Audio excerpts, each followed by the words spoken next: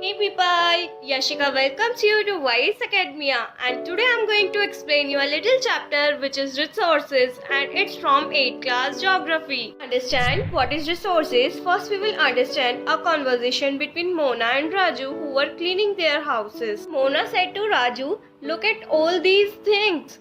These books, these utensils, these food grains, all are having some value." So grandmother replied, "That's why these are important. These things have some utility and we are using them. And these all are called resources." So Raju asked to Amma, "What is resource?" Amma replied that anything that can be used to satisfy a need is a resource. Water, electricity, vegetable, textbook which we use to read, all are resources, and these have some utility or usability which makes an object or substance a resource. Now we will look to these clothes, combs, bottle of honey, books, water. What are these?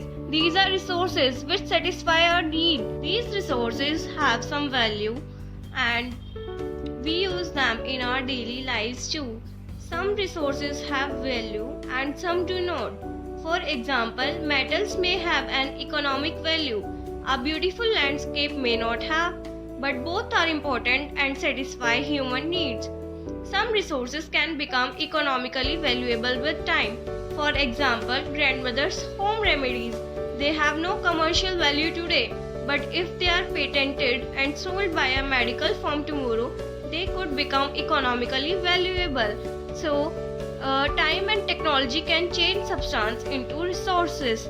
People themselves are the most important human resource. Their ideas, knowledge, invention and discoveries leads to the more creation of resources.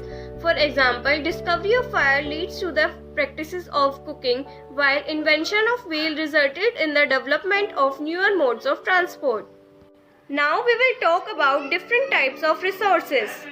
Resources are generally classified into natural, human-made and human.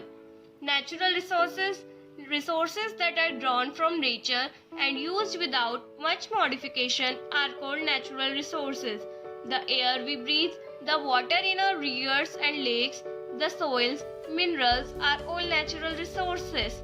Many of these resources are free gifts of nature and can be used directly.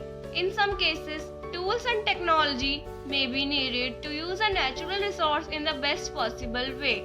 Now, natural resources can be classified into different groups depending upon level of development and use, origin, stock and distribution. Now, level of development and use. On the basis of it, they can be divided into actual and potential resources. So, actual resources are those whose quantity is known, and potential are those their entire quantity may not be known to us.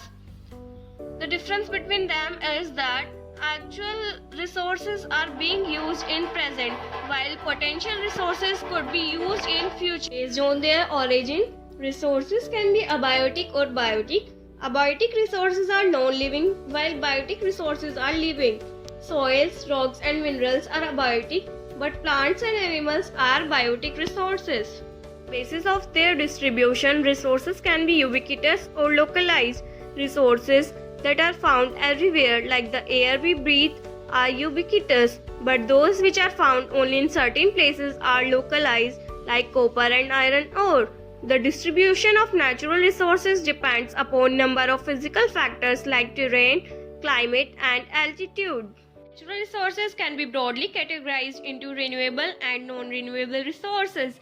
Renewable resources are those resources which can be renewed or replenished quickly. Some are unlimited, such as solar and wind energy. Now we will go to non-renewable resources. These are limited in stock and take thousands of years to be renewed or replenished. For example, coal, petroleum and natural gas. What are human-made resources? Sometimes what happens is natural substances become resources only when their original form has been changed. Iron ore was not a resource until people learned to extract iron from it. And what about human resources? We have learnt about it just before a minute, that people are the most important human resource. Now we will talk about human resource development. What is human resource development? Basically, improving the quality of people's skill so that they are able to create more resources is known as human resource development. And using resources carefully and giving them time to get renewed is called resource conservation. The most important topic is sustainable development. What is sustainable development? Carefully utilizing resources so that besides meeting the requirement of the present, also take care of the future generation. This is called sustainable development. And how can we do that? How can we conserve our resources? We can reduce our consumption. We can recycle our substances. We can reuse our things. Before ending the chapter, I would like to tell you about some principles of sustainable development, which are respect and care for all forms of life, improve the quality of human life, conserve the earth's vitality and diversity, minimize the depletion of natural resources, change personal attitude and practices toward the environment, enable communities to take care for their environment.